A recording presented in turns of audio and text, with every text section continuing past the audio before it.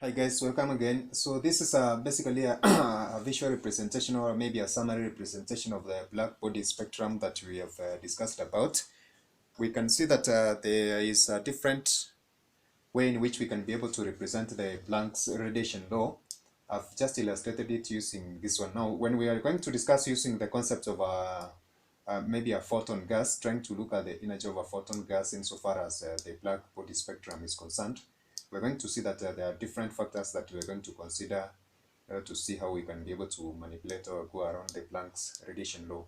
But in this case, basically, I just wanted us to discuss about the concept of the intensity of the radiation against the frequency, and this is the intensity of the radiation against the wavelength in nanometers. So basically, these two graphs are going to show us that there is a specific behavior at low frequencies, which is displayed by this red curve that we are showing in this particular case for the first graph.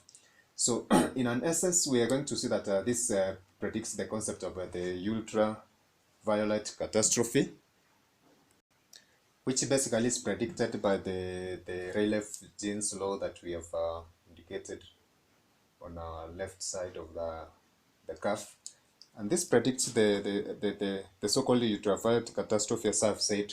And this concept of a ultraviolet catastrophe implies that there's an infinite amount of energy being radiated at higher frequencies or shorter wavelengths.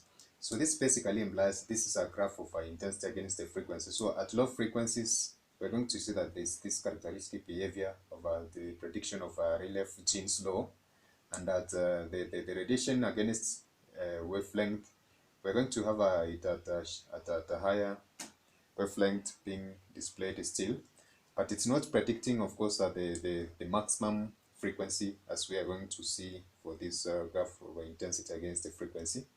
And therefore, the experiment that was done by Max Planck, where he suggested that, of course, this radiation is given in form of discrete units, which he referred to the quanta, and therefore came up with the concept of a photon.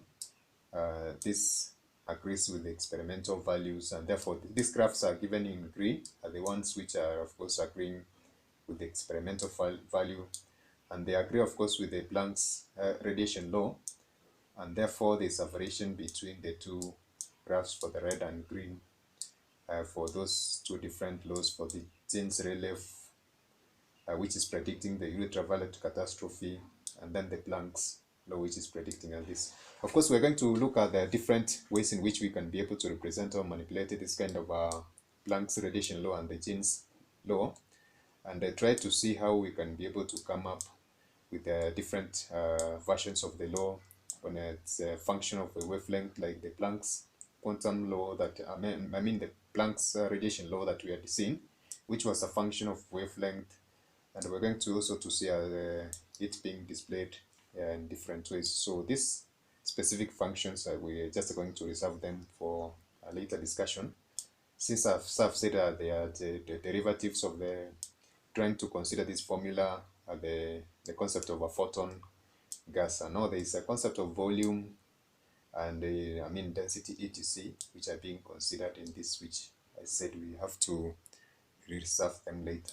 Now this, of course, basically the concept of the Planck's quantum law, as I've said, explains the emission and absorption of radiation, the quantized energy of electromagnetic waves, and of course explains the ultraviolet catastrophe that was being forwarded by the Jean-Rayleigh law, or the experimental explanation of this particular law that existed before Planck's quantum theory. So basically, these are the characteristic behavior that we're going to see, and we're going to see in details how we can be able to use these specific graphs in order to try and explain other concepts that we come by in quantum mechanics. So that is it for today, guys. Bye. Thank you. God bless.